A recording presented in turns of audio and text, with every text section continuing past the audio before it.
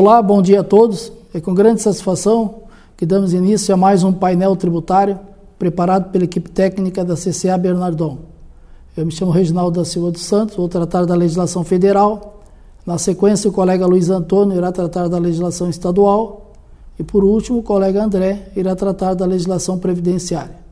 Tocante à legislação federal, o assunto que eu trago para apresentar aos senhores diz respeito ao ato do Congresso Nacional, ato do número 36, que rejeita parcialmente a medida provisória 1227 de 2024, aquela medida provisória que tinha limitado a compensação de créditos relativos às contribuições do PIS e da COFINS, no regime não cumulativo, e revogado algumas hipóteses de ressarcimento e compensação. Então, a medida provisória, praticamente, ela trazia no seu bojo a limitação da compensação de créditos de PIS e da COFINS no regime não cumulativo, onde os contribuintes não mais poderiam fazer uso desses créditos para compensar com os demais débitos no âmbito da Receita Federal, inclusive previdenciário.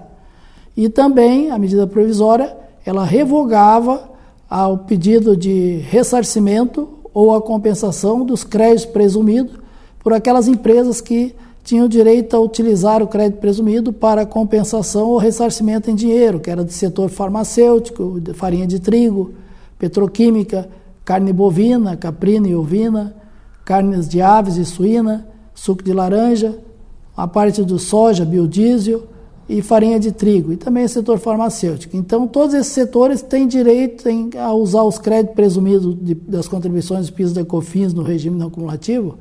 Eles têm direito a usar o saldo credor do crédito presumido, apurado ao final de cada trimestre, para ressarcir ou compensar com outros débitos. A medida provisória 1227 também ela tinha vedado essas compensações e ressarcimento. Agora, com a rejeição pelo Congresso Nacional de parte da medida provisória, essa parte toda da limitação de compensações e revogação dos direitos de ressarcimento e compensação dos créditos presumidos caiu por terra. Ou seja, os contribuintes voltam a ter o direito de utilizar livremente os créditos ressarcíveis de PIS e COFINS para compensar com outros débitos no âmbito da Receita Federal, inclusive previdenciário, inclusive aqueles contribuintes que têm saldos credores de crédito presumido dessas contribuições. Então, o que fica agora, resta dentro de vedações, né, de compensação por parte dos contribuintes no âmbito da Receita Federal? É o que está disposto lá no artigo 74, né, parágrafo 3º da Lei 9.430. Né? Então, quando os contribuintes, as vedações de compensação, né, e ressarcimento, restituição, continuam os meses que estão lá. Hoje, praticamente, os senhores terem conhecimento, só para repassando, de acordo com o parágrafo 3º do artigo 74 da Lei 9.430, não são passíveis de compensação o saldo de ajuste anual da declaração de imposto de renda da pessoa física, ou seja, aquele saldo que os contribuintes declaram na sua declaração de ajuste quando é a restituir, ele só é restituível em dinheiro, o contribuinte não pode utilizar para quitar com outros débitos que ele possa ter, mesmo que demore para ser restituído. Os contribuintes também não podem compensar débitos relativos a tributos vinculados a registro na declaração de importação. Esses débitos têm que ser pagos em dinheiro, eles não podem ser compensados com crédito, não importa a natureza, a espécie do crédito. Os contribuintes não podem também compensar débitos relativos a tributos e contribuições que já tenham sido encaminhados para a inscrição em dívida ativa. Não pode compensar débitos consolidados em qualquer modalidade de parcelamento, isso aí é uma pergunta frequente, ou seja, os débitos que foram consolidados em parcelamento, mesmo que o contribuinte seja posteriormente gerador de crédito ou que venha a ter um crédito por um pagamento indevido ou maior, ele não pode utilizar para pagar prestações de parcelamento. Obrigatoriamente, as prestações de parcelamento têm que ser recolhidas em espécie. Também não pode ser objeto de compensação o débito que já tenha sido objeto de compensação não homologada anteriormente. Então, uma vez encaminhada uma compensação não homologada, aquela compensação, o contribuinte obrigatoriamente vai ter que recolher aqueles débitos com os encargos de moratórios legais, multa e juros. Também não pode ser objeto de compensação o valor do pedido de restituição ou ressarcimento já indeferido pela autoridade competente ainda que o pedido esteja sobre análise na esfera administrativa. Não pode ser objeto de compensação o crédito objeto de pedido de restituição informado em declaração de compensação cuja confirmação de liquidez esteja sob procedimento fiscal. As cotas de salário família, salário maternidade também não pode ser objeto de pedido de compensação. E também não pode ser objeto de compensação os débitos de imposto de renda e contribuição social apurados nos balanços balanços mensais de estimativa. Aquelas pessoas jurídicas que optam pelo balanço anual e que apuram mensalmente débitos de imposto de renda e contribuição social na forma de estimativa, esses débitos obrigatoriamente têm que ser pagos em espécie, com recurso. Não pode ser compensado com crédito. Também não pode ser objeto de compensação o valor do crédito da compensação das estimativas, que em determinados meses ficarem superior aos débitos das estimativas recolhidas nos meses anteriores. Então, hoje, o que fica valendo de vedações para compensação de débitos e créditos seriam essas que estão previstas lá no parágrafo 3º do artigo 74 da Lei 9.430. Então, com relação à legislação federal, o recado que a gente gostaria de transmitir aos senhores seriam esses. Fiquem aí na sequência com os colegas Luiz Antônio e André. Um abraço a todos e nos encontramos no próximo painel tributário. Até lá!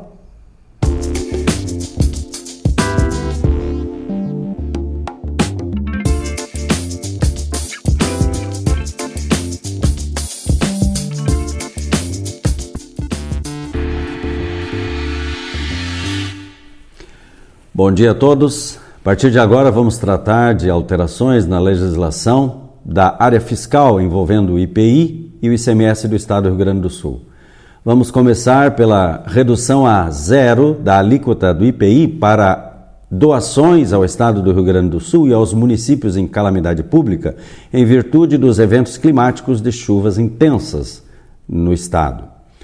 Conforme consta do decreto número 12.052 de 2024, agora, o governo federal reduziu a zero, até 31 de dezembro de 2024, as alíquotas do IPI constantes da tabela do Imposto sobre Produtos Industrializados, a TIP, incidentes sobre as saídas do estabelecimento industrial ou equiparado industrial de produtos doados ao Estado do Rio Grande do Sul ou a municípios em estado de calamidade pública declarados pelo governo do Estado do Rio Grande do Sul, destinados a vítimas das enchentes naquele estado.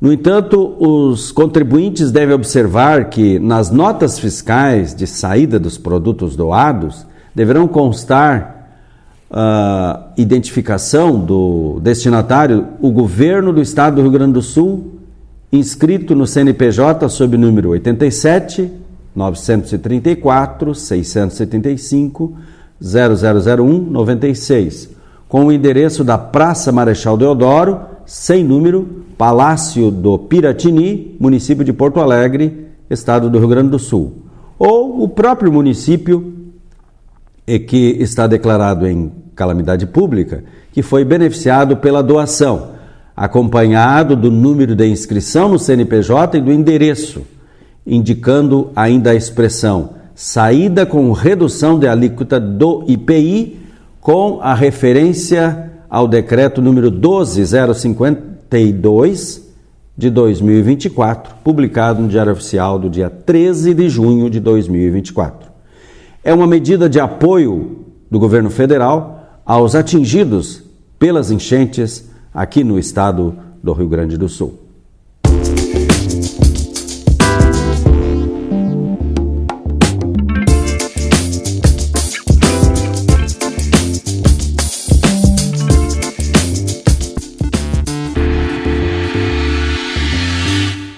Passando agora para as alterações do ICMS, tivemos a prorrogação do prazo para pagamento dos créditos tributários da Fazenda Pública Estadual, com as reduções de multa de que trata o artigo 10 da Lei 6.537, pelo período relativo à complementação daquele inicialmente estabelecido, considerando-se a suspensão do curso dos prazos nos dias compreendidos entre o dia 24 de abril e 31 de julho de 2024.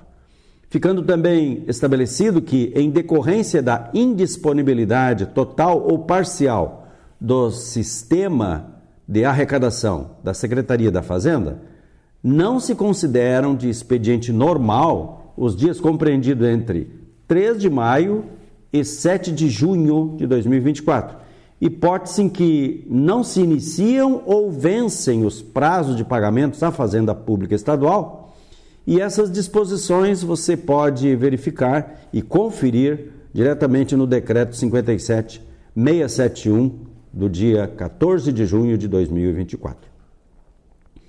Outro assunto importante foi a derrubada do veto que o presidente da República opôs ao parágrafo 5º, incisos 1 e 2, inseridos no artigo 12 da Lei Candir, a Lei Complementar 87/96.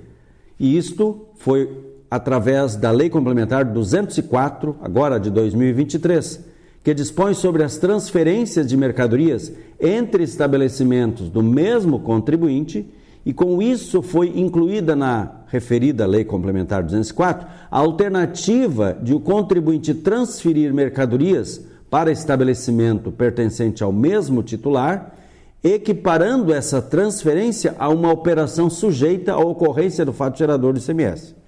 Nessas hipóteses deverão ser observados: 1. Nas operações internas, as alíquotas estabelecidas na legislação estadual. 2. Nas operações interestaduais, as alíquotas fixadas nos termos do inciso 4º do parágrafo 2º do artigo 155 da Constituição, ou seja, as alíquotas de 4%, 7% ou 12%, conforme o caso.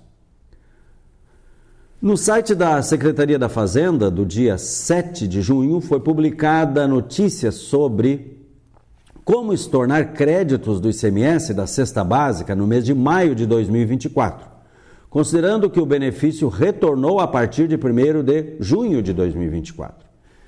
Deixamos de mencionar aqui todas as particularidades dos procedimentos para a realização dos estornos de crédito de ICMS, devido à extensão dos detalhes técnicos que envolvem esse assunto.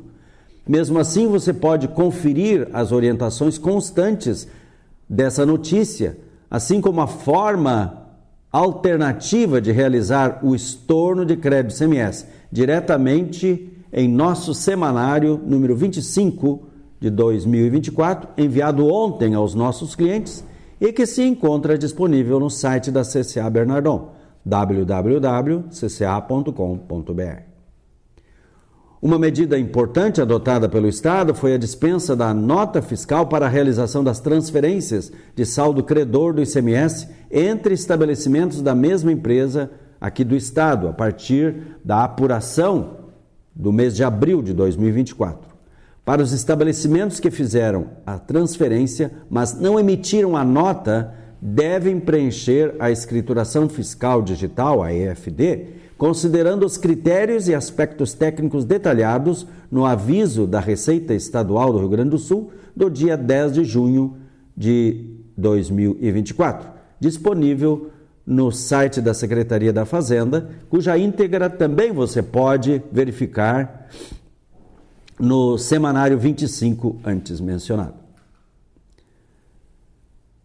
Também foi divulgada a anistia do depósito do Fundo de Reforma do Estado, incidente sobre as saídas dos produtos classificados no Código NCM 3808, em relação à competência do mês de maio de 2024, conforme disposto no Decreto número 57.659, agora de 24, assim como foi prorrogado o prazo para a solicitação de transferência de saldos credores do mês de maio até 25 de junho de 2024, nos termos da Instrução Normativa 49, agora de 2024.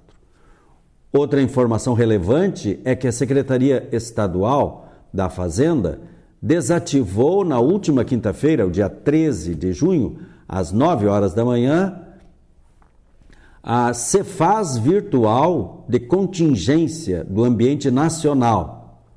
Com isso, retomou-se o funcionamento padrão da autorização das notas fiscais eletrônicas emitidas por contribuintes do Estado do Rio Grande do Sul e das demais unidades da Federação atendidas pela Cefaz virtual do Rio Grande do Sul. Relativamente ao diferimento do ICMS nas importações, o decreto número 57658 prorrogou até 30 de junho de 2025 a aplicação do benefício nas importações de mercadorias destinadas à comercialização pelo estabelecimento importador inscrito no CGCTE, que tenha firmado termo de opção para apropriação do crédito presumido previsto no artigo 32, inciso 193, ou de mercadorias destinadas à industrialização pelo próprio importador, quando o desembaraço ocorrer através de aeroporto internacional localizado em outra unidade da Federação. Por último, tivemos duas normativas, uma referente ao ajuste técnico vinculado à importação de mercadorias para comercialização por intermédio de portos, aeroportos ou pontos de fronteiras alfandegados situados no Rio Grande do Sul, quanto à apresentação de lista de mercadoria para aplicação do crédito presumido.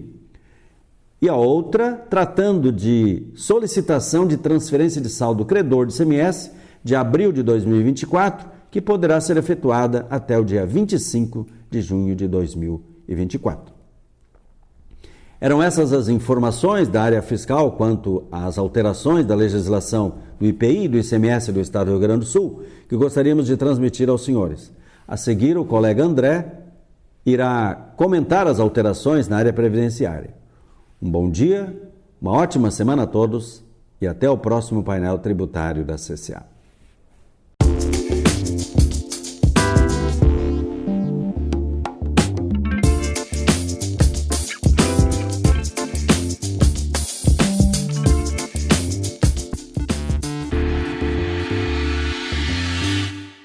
Bom dia a todos. Visando atender às políticas de segurança, informamos que a Dataprev mudou o serviço de autenticação da qualificação cadastral no E-Social. Antes, o serviço utilizado era o CAPTCHA e foi alterado para o ReCAPTCHA do Google. O uso do ReCAPTCHA permite melhorar a proteção contra softwares automatizados e frustra atividades consideradas abusivas, protegendo contra invasões, bloqueando ataques de preenchimento de credenciais e criação de contas em massa, sem interrupções para o usuário. E concluindo o nosso encontro dessa semana, gostaria de informar que o plenário do STF decidiu que os saldos das contas vinculadas do Fundo de Garantia devem ser corrigidos, no mínimo, pelo Índice Oficial de Inflação, IPCA. De acordo com a decisão, fica mantida a atual remuneração do fundo, que corresponde a juros de 3% ao ano mais TR, além da distribuição de parte dos lucros. Mas, nos anos em que a remuneração não alcançar o IPCA, caberá ao Conselho Curador do FGTS determinar a forma de compensação. Com essa ótima notícia aos trabalhadores, encerramos o painel tributário da CCA Bernardon. Tenham todos uma excelente semana.